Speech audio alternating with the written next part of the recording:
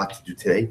We're picking up from Lamed Zayin Amud Beis 37b, and we are picking up 2, 4, 6, 8, 9 lines up from the bottom. I'm Rabbi Yehuda Rabbi Yehuda. So Rabbi Yehuda said, Rabbi Yehuda, name of the son of Rabbi said, Galus mechaperes avon mechza. That galus, also when a person goes into exile, so exile itself atones for half of one's sin. So if one committed an avera, galus itself, even without any other kind of tshuva, is mechaper for half of the sin. So where do we know this from? It's very interesting. Meikaraksiv v'hayisi nod v'hayisi not v'nod. We'll say reference back to the Cain and Hevel story. After Cain killed Hevel, so Yibam Shalom decreed upon him that he's going to be nod v'nod. So Cain said, "I'm going to be nod v'nod. I'm going to be aimless." Not literally means not means nowhere. Nod means moving. Ulubasov ksiv v'yeshev be'eretz nod. And yet at the end of Cain's punishment, it says that he settled in the land of Nod. So you see that he was Nod, but not No. So from here you see that Galus is mechaper for half of one's sin. Amar Yehuda, Galus mechaper shel shatarim. So Yehuda said, in fact, Galus atones for 3 different things. Shene Amar, Ko Amar Hashem, Hayoshe Be'ir Azos, Yamos Becherev, Bera'av, Ubedever. Because we'll say the pasuk says, according to the pasuk from Yirmiyahu. So Yirmiyahu tells the people that if you don't surrender to the Babylonians, you are going to die in this city as a result of cherev, sword, ra'av, famine, dever, pestilence. But if you go ahead and you abandon the city, you surrender the city to the Kasdim, Hatzarim Aleichem, who are besieging the city now, Yichya v'haisel nefesh l'shlishla. So Yirmiyahu Hanavi says you have a choice. You could try to defend the city, but you're going to die in 3 different ways, or you could surrender the city. That means, of course, surrender the city means not only giving over the city, but what? Going into Galus, but you'll live. So from here, Rabbi Yehuda says, you see that Galus is mechaper for 3 different types of things: cherev, ra'av, and dever. Rabbi Yochanan Galus mechaper salakol. Rabbi Yochanan says that Galus is mechaper for everything. Shene Emar, Ka Amar Hashem, Kisvu es ha'ish haz'arira. So this is actually amazing. So from here, the Gemara says that Galus is mechaper from everything. Where do we see this? So it's quoting over here a pasuk from the king Yechanya, Melech Yechanya. So we'll say, so we don't, you can own Yechanya from 2 different places, either from Navi, right, from Yirmiyahu, or Yechanya, because remember, beginning of Megillas Esther. Remember that when the Megillah introduces us to Mordechai, so it tells us that Mordechai was exiled with Melech Yechanya. He was exiled in the first wave of exiles. So the Gemara says over here that originally the pasuk says, Ko Amar Hashem, Kisu es ha'ish haz'ariri. Say that the divine decree is that Yechanya is going to be childless. Gever lo yitzlach biyamav. This man will never be successful in his life. Ki lo yitzlach mizara ish yoshev akisi David umoshel od biYehuda. Because he will never produce an heir. Ultimately, again, he will be able to occupy the throne after. Ubasar digala. Yet after Yechanya was exiled, what do we see? Ksiv ubnei Yechanya asir beno Shalsiel beno. We see that in fact Yechanya had a son by the name of Shalsiel. So you see over here that Galus can be mechaper, that exile itself, could be mechaper, could atone for even the most dramatic things. Here, and we'll discuss more of the details of this story, but here the king Yechanya had a decree against him that he would be childless, yet after he was exiled, he was blessed with a child who was named Shalsiel. So the Gemara says, now the pasuk seems to name the child in 2 ways, Asir and Shalsiel. Why does he give him both of these names? Asir, Asya, because actually was conceived while his father and mother were imprisoned together. Shalsiel, sheshaslu kel shelo kederach hanishtalim. Shalsiel means literally shasal kel. Kadosh Baruch Hu implanted him in his mother's womb, kind of in defiance of the normal laws of nature. How so? Also, we have a tradition, there's a Masorah, that a woman can't conceive from an act of relations that's done while she is standing. The top of Lamechas, Vehinis Abra Mu'umad, and she became pregnant from an act of relations while she was standing. I will say what happened over here. Take a look at top of Lamechas Rashi. Vehinis Abra Mu'umad, Shahaya Beisa Surin Sar, Ve'ein Makov Lishko. We'll say they put Yechanya into a pit. Afterwards, they lowered his wife into the same pit with him, and there was no room to lie down. They had relations in a standing position, and miraculously she became pregnant. Davar achar, another possibility, Shalsiel shenishal al alaso, that he was called Shalsiel. Listen to this because the Ribono Shalom literally revoked his vow. Remember, what was his vow? His vow was that Yechanya was going to die childless. The Ribono Shalom Kiviyachol revoked his vow and gave Yechanya a child. El Zerubbabel. So later on, Shalsiel has a son. His name is Zerubbabel. Why was he called Zerubbabel? Shenizra Babel, because he was conceived in Babel. What was his real name? Umashmo Nehemiah ben Chachal Yishmo. His real name ultimately again was this was not the son of Shalsiel. This is someone else. So why was he called Zerubbabel? Zerubbabel was a name ultimately because he was conceived in Babel, but his real name was Nehemiah ben Chachalia. Good. Yehuda v'Chizkiya b'nei Rabbi Chia haviyasis b'sudas chamei Rabbi. This is an amazing mitzvah. So Yehuda and Chizkiya, who were both the sons of Rabbi Chia, were one time sitting at a seuda by Rabbi Yehuda Nasi. Below havu ka'amri v'lo midi. But yet, for whatever reason, the two young men, Yehuda and Chizkiya, weren't saying anything. Right? They were very quiet. So listen to this. Amar lahu agbiru chamra adardiki. Let's give these kids some wine. Let's give these kids, they weren't kids, I just want to be clear. Right? I mean, they were young men. Let's give these young men some wine. Kehechi delemru milsa. Let's get them a little bit lebedig. Right? Let's get some words of Torah to them. Let's loosen them up a little bit. Let's give them some wine. So hopefully it'll loosen them up a little bit. So listen to this. Kevin de Ipsum. So sure enough, they got a little bit of wine in their system. And what happened? Paschu va'amru. So the two sons, Yehuda and Chizkiya, said, Ein ben David ba. Mashiach will only come.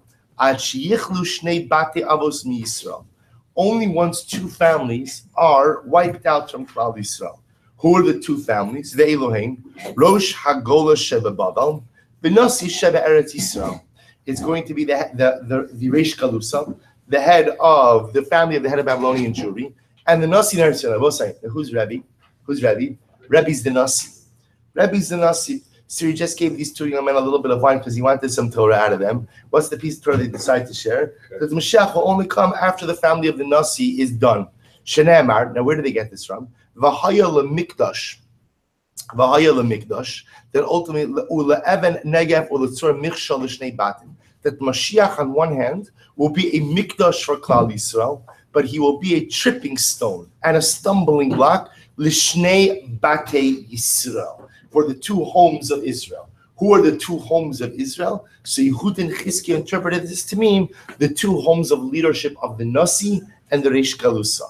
Amalhem Rebbe says, Banai, kotzim atem etilim li be'enai. He says, come on guys, right? Really? You're putting thorns in my eyes? In other words, I invited you to a Suda. I even gave you the good wine. I didn't give you like the malaga. You know, so I gave you the good. And this is what you're saying to me. This is the message you're sharing with me. Rabbi Chia said, Rebbe, don't get too concerned. Yayin nitam b'shivim osios, the numerical value, the gematria of yayin is 70. The sod nitam b'shivim osios, and the word sod, which means secret, also has a numerical value of 70. So therefore, what do we see over here? Nichnas yayin yatsa sod. Ultimately, again, when wine comes in, secrets come out. So it's like a very interesting story, but the reason why the flow is a little bit strange is because here Rebbe is confronting them saying, how can you tell me something so terrible, so devastating? And they essentially answer, so wine comes in, secrets come out. So meaning it would appear that they would be trying to console Rebbe in some way, yet their words aren't much of a consolation. So there is a beautiful Ben Yehoyada. I just have to tell you, part of my anxiety with this Gemara is I know from the front end I don't do it justice. There's so much to say on each of these lines and each of these stories, but you don't have a lot of time. So I'm giving you snippets, but I ask your mechila. So listen to this. The Ben Yehoyada says the following. What does it mean when they say nichnas yayin yatsa sod? So listen to what he says. He says, first possibility is they were saying, Vehem chichu zem ilipam. This is just our drasha. This is our drasha. Lav dafka, that's the unequivocal truth. It's the way we darshan the pasuk. So just because we darshan it this way doesn't necessarily mean that it's the absolute emes. That's the first pshat of the Ben Yehoyada. But listen to this. This is amazing. V'onirali sharam zula bazeh davar. Shamra Torah nikreis so true mispar shivim. Remember, the Torah is called the Sod. The Torah is also called Sod. Why is Torah called Sod? The numerical value of Sod is 70. Vatam ki shivim panim laTorah. Shivim panim laTorah. V'drasha zu hi achos min hashivim ve'imat halacha shlazeh. So they said something amazing. They said, Rebbe, nichnas yayin yatsa Sod. So the wine comes in, the Sod, the Torah comes out. Torah is called the Sod. Why? Because the numerical value of Sod is 70. What's unique about 70? We say Shivim Panim LaTorah, that there are 70 different interpretations, 70 different levels of understanding. So Rabbi Chia is saying, Rebbe, we're advancing one of the interpretations, but lav dafka, that this is the interpretation that you have to subscribe to. So ultimately, again, there are another 69 interpretations. You don't have to accept our interpretation as them. There are 69. But we'll say there's an incredible message in this. What they're also, we'll say, what does it mean, Shivim Panim LaTorah? Shivim, we'll say, also represents the idea, the ability for dynamic change and growth. They're saying, Rebbe, listen, the reality is right now, the way the pasuk is being darshan is that your family and the Reish Galusa's family have to be destroyed when Mashiach comes. And we'll say, that's the result of many different sinful missteps and many different mistakes. What they're saying is, Shivim Panim LaTorah will say, nothing is written in stone. Your fate is not written in stone. Your destiny is not written in stone. The end of your narrative is not written in stone. Shivim Panim LaTorah, change it. Change it. We're telling you one way the story could end. There are 69 other alternatives. You remember when you were little, and when I was little, you had these choose your own adventure books, right? You know, Johnny's traveling. If you want him to go right, turn to page 72. You want him to go left, turn to page, 67. And mamish, like, it's exciting when you're a kid, because what's going to happen? That's life. That's the greatest metaphor for life. You make your own decisions, I will say. You make your own narrative. You choose your own adventure. So they're saying, Rebbe, this is what the reality is now. There are 69 other alternatives to how your story ends. Choose the right one for yourself. An incredible, incredible story. All right, but that's all we have time for. So the Kavaiter says the Gemara. Amar Chista, Amar Ukva, Amar Chista, Darish Mari Barmar. My dichsiv, Vayishkot Hashem al hara, Vayeh alenu, Kitzadik Hashem Elokeinu. So what's the Gemara quotes the pasuk from Daniel. So Vayishkot Hashem al hara, which literally means HaKadosh Baruch Hu hastened the evil decree. Kitzadik Hashem Elokeinu, because God is righteous. That's the way I understand. Mishum the Tzadik Hashem, Vayishkot Hashem al hara, because God is righteous, He hastened bringing the evil. How does that make sense? So the Gemara says, in Staka Asa HaKadosh Baruch Hu Yisrael. Yes, the Rebbe Shalom actually did us a great favor. Shehiktim Galus Tzidkiyahu, Va'od Galus Yechanya Kayemes. So both say that the second wave of Babylonian exiles under Tzidkiyahu was essentially brought in 2 years before the decree should have been executed, in order that when the exiles under King Tzidkiyahu came, the exiles who went with King Yechanyahu were still alive. Now, both you have to understand the way Babylonian exile worked. The first wave of exile was the king, nobility, and the Sanhedrin. That's why Mordechai was exiled in the first wave of exiles with Yechanya. All Torah leadership was exiled in the first wave, which leaves the land effectively spiritually desolate. The chesed that HaKadosh Baruch Hu did is that He hastened the second wave of exiles under Tzidkiyahu, so that Tzidkiyahu would be exiled along with the rest of the populace, while the leadership of Yechanyahu and the rabbinic leadership was still alive. So this way, again, there would be Torah in Galus. So the Gemara says, "Va'od Galus Yechanya Kamis T'chsiv Be'Galus Yechanya," because it says, we'll say first wide line Lamed Ches and Dalet, because it says by Galus Yechanya, Hacharash v'Hamasker Elef. So the Gemara says over here, the Charash, what's a Charash literally is a craftsman. Masker literally is a gatekeeper. There were 1,000 of them. But the Gemara does a little bit differently. Charash, for first of Talmidei Chachamim were so great. Chayvan sheposchin hakol na'asu kecharashim.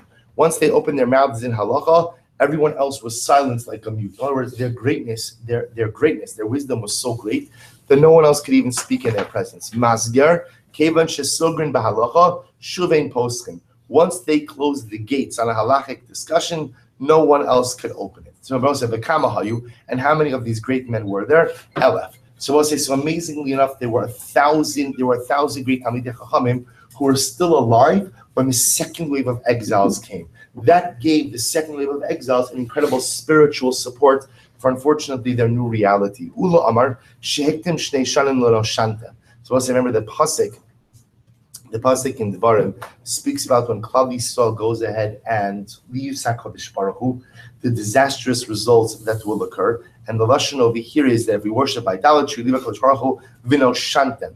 V'no shantem ultimately again means that we will go ahead and be obliterated.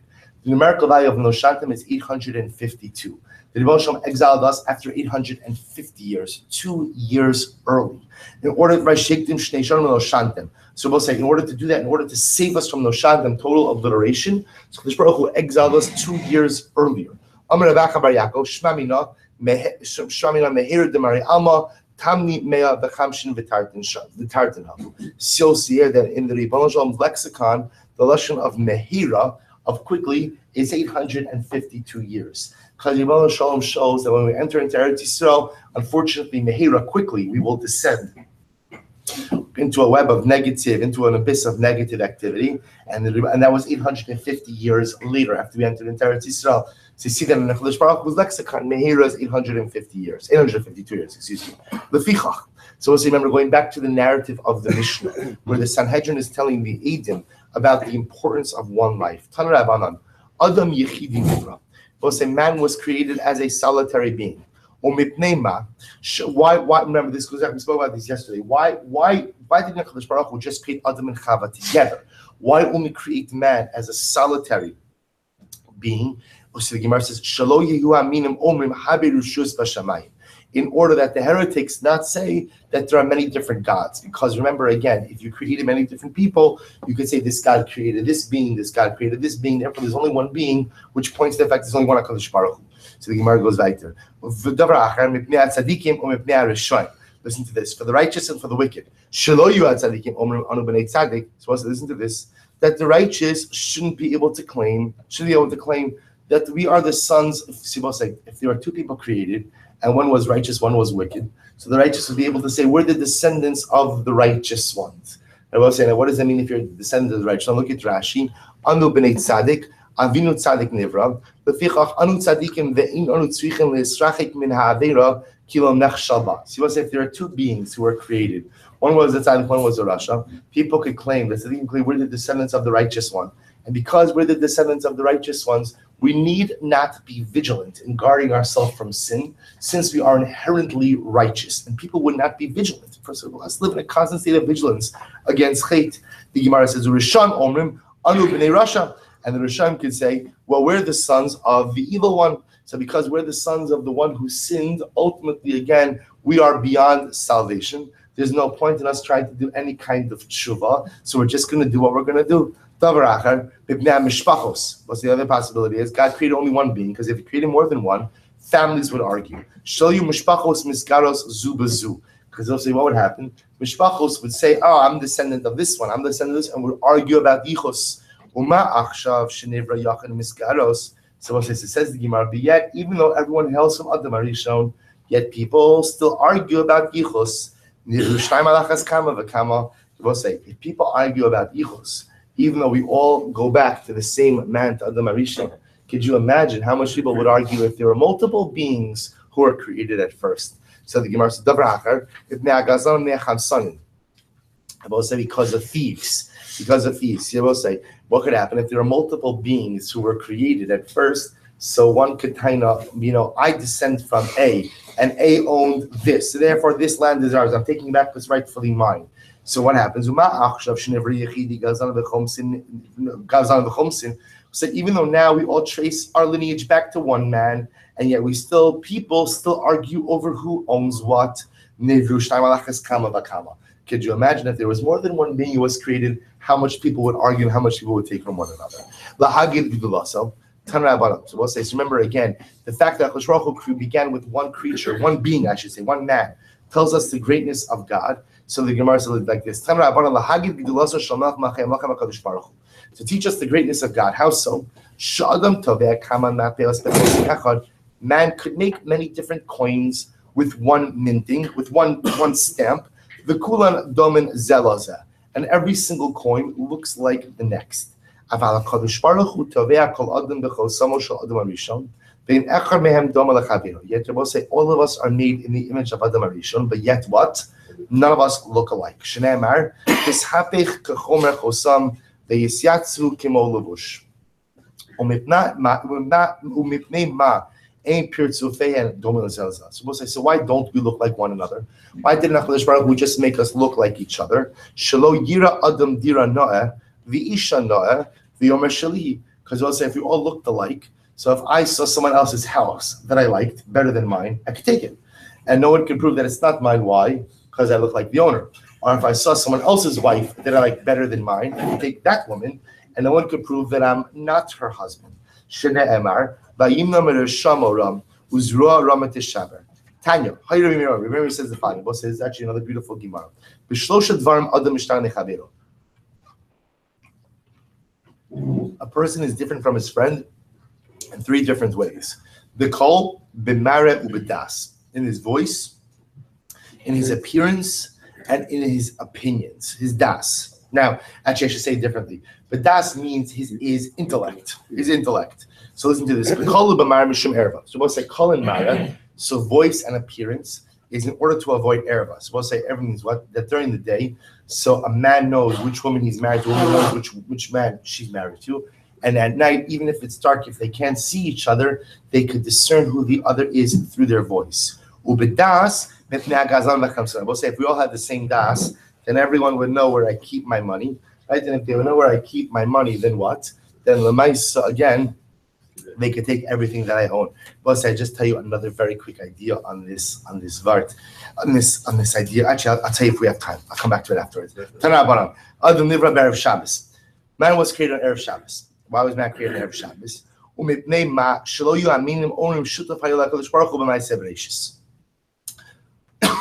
Man was created on Erev Shabbos, because if he was created earlier in the creative process, people might think that he was a partner to God in creation.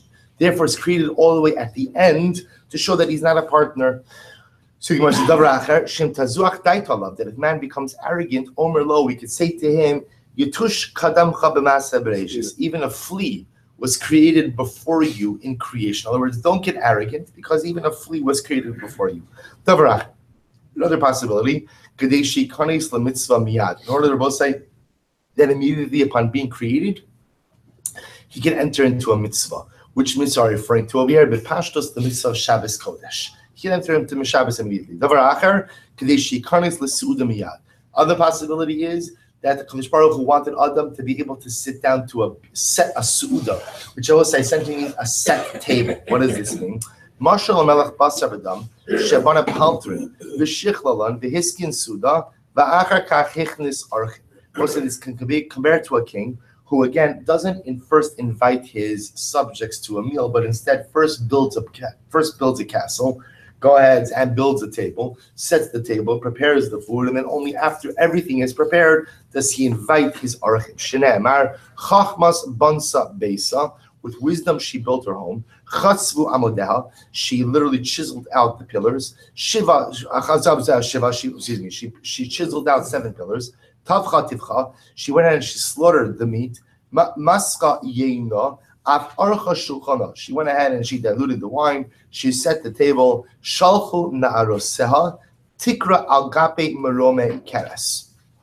She called for her maidens, and they sat literally on the heights of the city. So the Gemara dashes this pasuk. Chachmas bansa beisa. She went ahead and she built her home with wisdom. Zumi dasa shala kadosh baruch hu. This is the need of God. Shabaras kala olam kula b'chachma. He created the entire world with incredible chachma. Chatzvu amodeh shiva. She went ahead and chiseled out the 7 pillars. Elu shiva simei bereshis. This refers to the 7 days of creation. Tavcha tivcha mascha yina af archa shulchana. She slaughtered the meat, prepared the meat, butchered the meat, diluted the wine, prepared the wine, and set the table. Elu yamim unaros v'chol tzarchei olam. This refers to the seas, to the rivers, and to all the needs of the world. Shalchom naroseh tikra. She sent her maidens. Adam v'chava. This refers to, good morning, Mr. Schoenfeld. This refers to Adam and Chava. Agape merome keres, on the heights of the city. Rabbi Bar Chana Rami Ksiv. So Rabbi Bar Chana notes a contradiction of psukim. Agape, it says on one hand, agape on the heights. Uksiv akise. It says on one hand, it says that Adam was on the heights, And then it says Adam was on the chair, the throne. So we must have Betchila al-Gabe. In the beginning, before Adam sinned, he was on the height of heights, Ulebasov al-Kise. But on the end, he was only seated on a chair. Mi pasi yasar hema, he may chaser leiv amra lo. So who is ultimately, again, who is the fool? Yasar hema will veer here. Chaser leiv, the one who lacks a heart, amra lo. What is this? Amra Kadosh Baruch Hu, mi pesola zeh. Who seduced Adam to sin? Isha. Unfortunately, it was Chava. Amra lo, Isha amra lo. Dichsev noif Isha chaser leiv. That literally, again, this literally means he who commits adultery with a woman lacks leave. Ultimately, again, lacks knowledge, lacks understanding. So the Gemara says, Tanya, Hay Rabbi Meir Omer, Rabbi said, Adam Arishon we call Olam Kulo Hutzpar. Hutzpar for Adam Arishon was created from dirt, but the dirt that made him was collected from all over the world. From all over the world, Shnei Emar, Golmi Ru'u Einecha. Because the pasuk says, "Gomer," which means golem. You know, the Moshe's eyes saw the clay, the golem, the form of my being, and then it says that Hashem's eyes literally see the entire world. So Adam Arishon was made from earth. That we know the pasuk tells us, but the earth came from the entire world. Amar Moshe, Adam Arishon. Give a little bit more specific information about this. Amud Beis, Gufo mi Bavel. His body was from Bavel. His head came from Eretz Yisrael, and the rest of his limbs came from the other lands. Agvosav, his backside, also came from Bavel, the lowlands of Bavel. I will say, but the incredible thing to realize about this is the following: the head from Eretz Yisrael, we understand. I will say, people often think that the neshama. When we think about the neshama, we have to think about the neshama by our heart. The neshama is by the moach. The neshama is in the head. So the moach, which is the mind, the neshama, which is the ruchnius, the intellect and the ruchnius of man, the head, that comes from Eretz Yisrael. But the heart, the klayos, which I must say, again, which is a lot of chachma and bina, that comes from Bavel. Because lest you think that the only ruchnius to be found in this world is in Eretz Yisrael. It's not true. It's not true. We had plenty of Torah in Bavel. We have plenty of Torah in other gullahs. So again, the head is always in Eretz Yisrael. That's for sure. But the body, I shall say, maintains so much of the vitality of man, was made from the dust of gullahs as well. So Gemara goes right there. This is an amazing Gemara. There are 12 hours. This is speaking about the day that Adam Arishon was created. Again, I apologize that I'm doing this so quickly. There are 12 hours in the day that Adam Arishon was created. Shar Rishona, Chutz Barata. We'll say in the first hour. This is the 6th day of creation.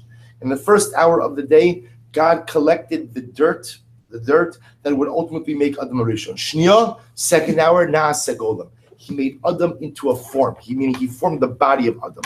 Shlishis, Mim Tichwei Varav. The third hour, he chiseled out the features of Adam. Revius Nizir Goban Hashem. On the 4th hour, he literally breathed life. He put the neshama into Adam. Chamishes Amad Araglav. Adam stood on his feet. Shishis, the 6th hour, Kara Shemos. He called all of the animals by name. Shvius Nizdavgano Chava. The 7th hour, again, he paired off with Chava. Shminis Alu Lamita Shnayim V'Yardu Arba. The 8th hour, he had relations with Chava. Literally, they got onto the bed as 2 and got off of the bed as 4. Well, so obviously, these hours are not regular hours. So the point over here is that Chava conceived and gave birth, obviously all in a very short amount of time. I will say, the 2 children referred to over here, the Gemara's understanding over here is Cain and Hevel. As Machlokas and Mefarshim, if Cain and Hevel were twins or not. The Gemara's understanding is they were not twins. This refers over here to the birth of Cain and his twin sister. Hevel is born later on with actually 2 twin sisters. According to the Gemara, part of the fight between Cain and Hevel ultimately, again, was over the 2nd twin sister.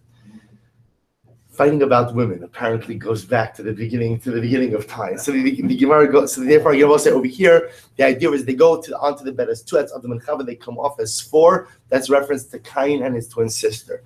Chias nitztavish lo elachol min ha'ilon. In the 9th hour, he was commanded not to eat from the tree. Asiris sarach bosai. Do you understand what just happened over here? The 9th hour, he was commanded not to eat from the tree. The 10th hour, he eats from the tree. The 10th hour eats from the tree. Achad Esrei Nidon, the 11th hour he was judged. Shteim Esrei Nitrad, the 12th hour ultimate Vahalachlo. The 12th hour, I both say ultimately again, he's sentenced and expelled from Gan Eden. Shene Emar Adam Biikar Bal Yolin. I both say, listen to me. What does that mean? Adam Biikar. Man does not even get to stay overnight in his glory. I will say this Chatani Maskir. I've said this. We've all said this pasuk many times. But yet again, I actually never appreciated the interpretation until this Gemara. Sometimes man has such glory at his fingertips. Sometimes man has such opportunity at his fingertips, and he doesn't even hold on to it overnight. I squander it away so quickly. Adam has the world, has the universe, has the Sholem at his fingertips, and he can't even hold on to it for 12 hours. Incredible. All right, Amar Rami Bar Chama. Ein chayra sholat es ba'adam, and le'imkin nidma lo kibehema. Rabbi Chama says that a chayra, literally again a dangerous animal, does not have control over a man, unless of course a man becomes like the animal. As we'll say, when man is like a man, he has shlita dominion over the animals. Unfortunately, when man becomes like an animal, that's when the animals take over. That's when the animals can have control over man. Shnei Amar nimshal kabehemos nidmu. Amar Yehuda Amar Rav. Bishosh shebikish Kadosh Baruch Hu lebaros Adam. Moshe is amazing. Barakat achosh shel malchei hasharis. So Moshe, what happens? When God wanted to create man, so he created a group of angels to consult with. Moshe, this is part of the motif of divine humility. God always consults. God always consults. But really, to teach us humility. So when Hashem wanted to create man, he created a group of angels with whom he wanted to consult, with a think tank, an angelic think tank. Right? What do you guys think about this? Amar lahem, Ritzonchem, Nasa Adam Mitzalenu. He says, think tank, angelic think tank. What do you think? Should we make the angels in our image? Amar lefan levri bono shalom, ma ma'asa. Why don't you tell us a little bit about man? What is he going to do once he's created? Amar lahem, kach vekach ma'asa. And God was very honest. Listen, this is what he's going to do. And obviously, he said the good, the bad, and then everything else. Amar lefan lev, ribono shalom ma enosh ki tiskerenu. So angels essentially say to God, why waste your time with this? All they're gonna do is upset you, disappoint you. So why even start with such a creation? What does Kadosh Baruch Hu do? Hoshit etzbao ketana beinehem v'sarfam. Ultimately, again, Rebbeinu Shalom destroyed this first group of angels. V'chein kachnia, and this happened the second time as well. Created a second group of angels, same thing, destroyed them as well. Kachlishis, now God has created a third group of angels. So what happens? God asked them the same question. Should we create man? So this time the angels know what happened to the first two. So the angels say this time, the third time, God, the first two groups that told you what they really think, what good did it do them. So this is what they say, they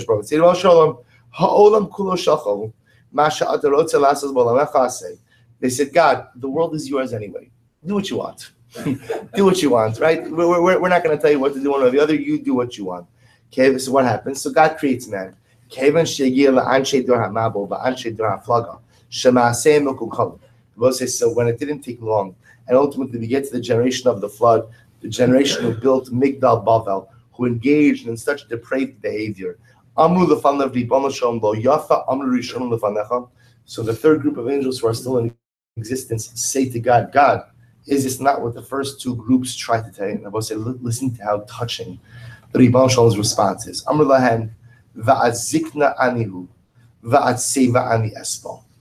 I will wait for them until I get old, and I will tolerate them. I will tolerate them until I get gray, until I go white. The Rebbeinu Shalom says, I know, but I love them. So I'll wait. I'm a patient man, because I'm a patient God, I should say. But I know that no matter how much they veer and how far they go astray, I know that at the end of the day, they will find their way back to me. Let's say what a magnificent Gemara, and especially so beautifully timed for Rosh Chodesh Elul. I'm going to do them Rav. Adam Harishon Misofa Olam Ad Sofa. We'll say Adam Harishon spanned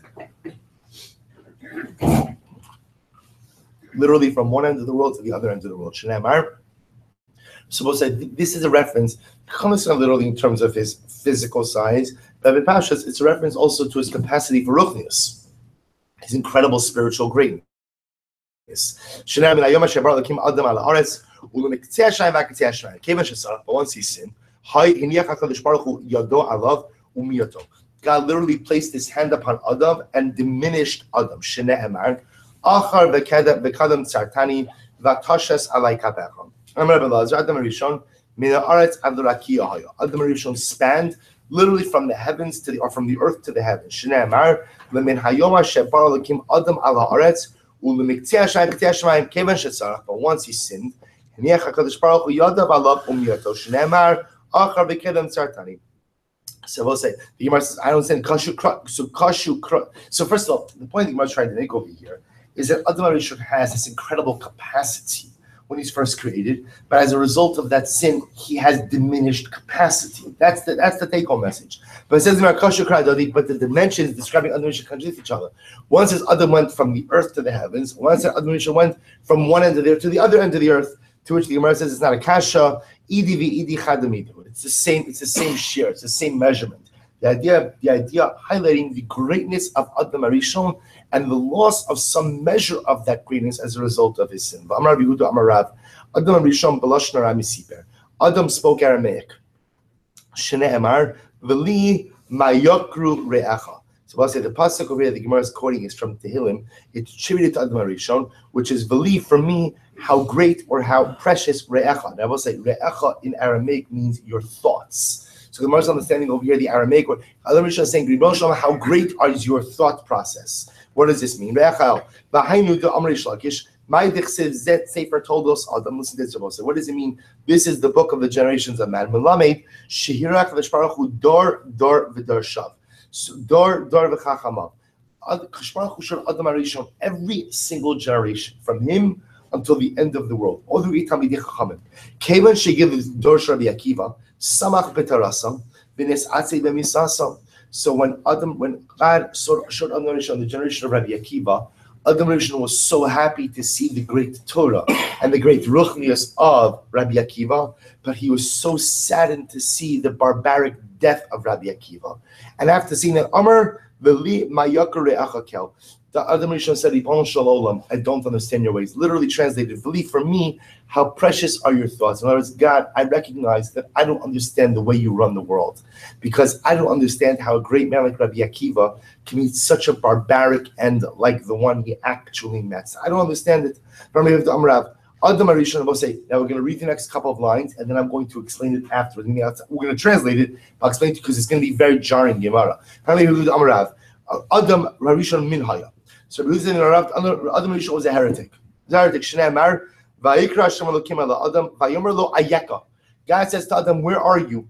An nata libcha, how did your heart stray from me? So we'll say the Gemara is suggesting over here that HaKadosh Baruch Hu was saying to Adam, how could it be that you're worshiping other gods? Rav Yitzchak Omer Moshach Bar Lasaya. Rav Yitzchak said that Adam tried to make himself look uncircumcised. Ksiv hacha vehima ka Adam avru bris ksiv hasam as brisi hefer. Rav Nachman ever kofer be'ikraya. Rav Nachman says Adam didn't believe in HaKadosh Baruch Hu. Kofer be'ikraya ksiv hacha avru bris ksiv hasam as brisi hefer va'amru al asher azvu bris Hashem. So we'll say, okay, so these are all very dramatic. What do you mean? Adam HaRishon was a min. He was a kofer be'ikr. He was Moshe Bar Lasso. I know he sinned, but these are very dramatic charges. Now we'll say, now watch this. Look at the next line. Tanan Hasan. Rabbi Elazar Omer, have a shakad l'mo Torah, be very diligent in your study of Torah. I was supposed to say that when you learn, Rashi's be mahir and zoriz. By the way, this is a mafurish shirayah to daf yomi.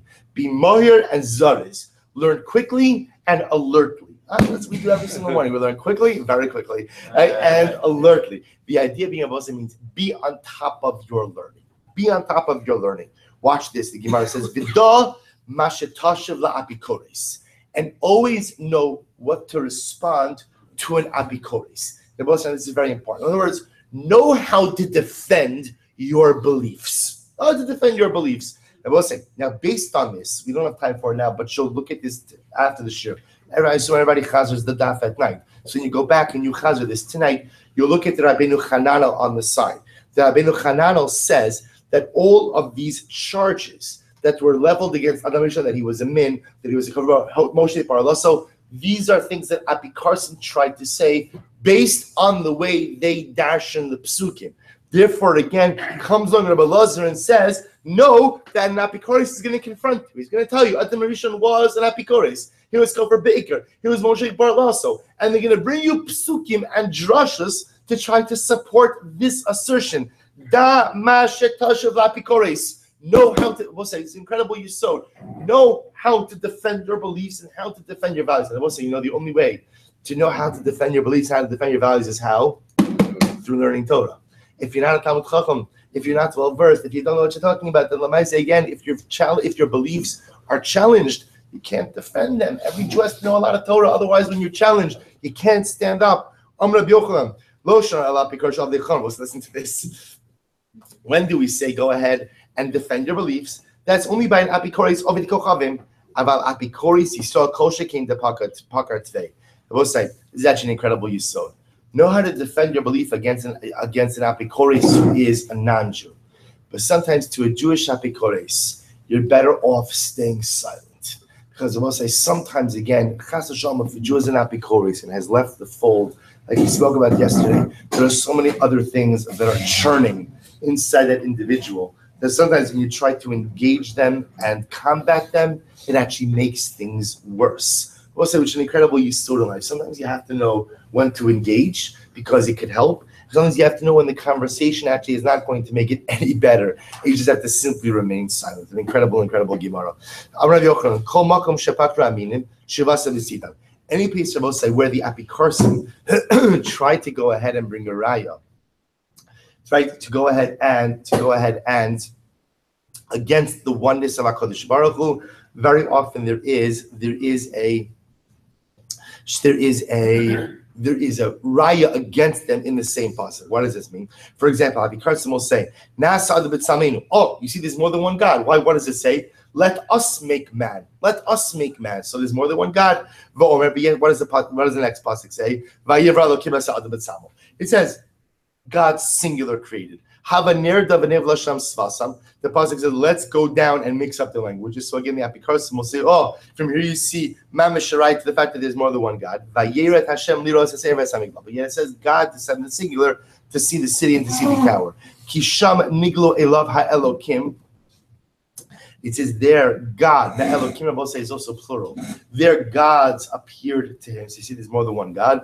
Lekel ha'one'osi b'yom tzarasi. Yet it says to the God, singular, who answers me in my time of distress. Kimi goy gadol asher lo Elokim krovim elav. So we'll say again, Elokim is the plural. So the Gemara says, Hashem Elokeinu b'chol karinu elav. Like Hashem, our God, who cried. So we'll say the idea over here is every single time the Apikarsim try to use one of these instances of plurality to prove a polytheistic, religious doctrine. So Lamaisa, there's always an accompanying pasuk that tells us about the oneness of HaKadosh Baruch Hu. Asher hochu Elokim lifdos lo la'am. Again, is the plural. So I'm sorry. Asher hochu Elokim lifdos lo la'am. Ad Gemara quotes a pasuk from Daniel. Ad de karsun ramav. So we'll say ultimately again, speaks at the idea that HaKadosh Baruch Hu creates thrones plural. So the fact that there's more than one throne indicates that there's more than one God. V'atik yomin yasif. But yet again, the same pasuk says the one who is as old as days sits on the throne. So singular. So the Gemara says Hanach Lamali. So we'll say ultimately again. So the Gemara asks a very simple question. So if you know that these psukim can be misinterpreted, then why write them? Why write things in the plural if you know that it lends themselves to inappropriate interpretation? To which the Gemara says, Kid Rabbi Yochanan, God only does things if he first goes in and consults with the heavenly academy, right? So what does this mean? This is a yesod in humility. The Rebbe Shalom is teaching us ultimately again that often we shouldn't take unilateral action. That it's important to go ahead and seek out counsel. It's important to seek out advice. That Kiviyachol, even HaKadosh Baruch Hu does it. Now, does HaKadosh Baruch Hu actually do it? Of course not. But he's trying to model for us the right behavior, even though he himself does not need that very behavior. So let's just do one more line. Shneimar, bigzeras irin piskama, ubemamar kedishan shilte, sahatenach kulis. I understand all these other psukim. Ad de karson ramav ma'ikalamimar. What about the pasuk in Daniel that says that God created two thrones? Why the need for two thrones? Echad lo ve'echad David. So we'll say, so the Gemara suggests, well, one was for God, and the Rebbe Shalom created the special throne next to him for David HaMelech. So listen to this. So the Gemara says, Echalo ve'echalo David Sanya, Echalo ve'echalo David Div Rabbi Akiva. Rabbi Akiva says 2 thrones, one for HaKadosh Baruch, one for David HaMelech. Amalei Rabbi Yossi, Akiva, Ad Maseh Ata Ose Shchinacha. Akiva, what are you talking about? How can you say that there is a throne for a mortal next to HaKadosh Baruch Hu? Ela echalo din ve'echalo tzedakah. Rather, one throne was for God's throne of justice, one is God's throne of mercy. Securely and low. So we'll say, so the question is over here, did Rabbi Akiva, was Rabbi Akiva Makabel Rabbi Yossi's suggestion? So the Gemara says, Tashma the Sanya Echaladin the Echalat Staka, David Rabbi Akiva. And ultimately, again, in fact, the Brisa says that in fact there were 2 thrones, one for stake, one for din, one for staka. These words are Rabbi Akiva. Also, just one more line and then we'll stop. Amalei Rabbi Lazar ben Azariah Akiva, Malacha Itzagad. We'll say it's a little bit sharper. Rabbi Lazar ben Azariah says, Akiva, why are you getting involved in Agadata? Kelecha Eitz on the gun va'alos. Why don't you deal with Sara'as and Tuma?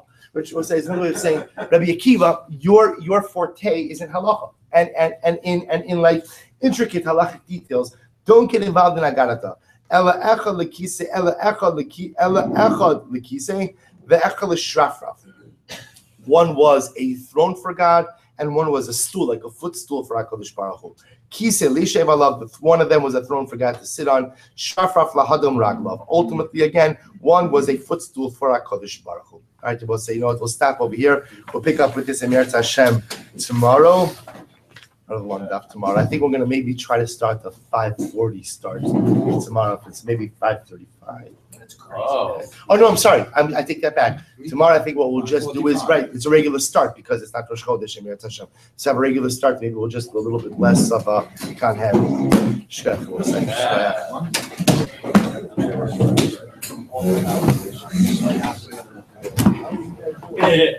We pray.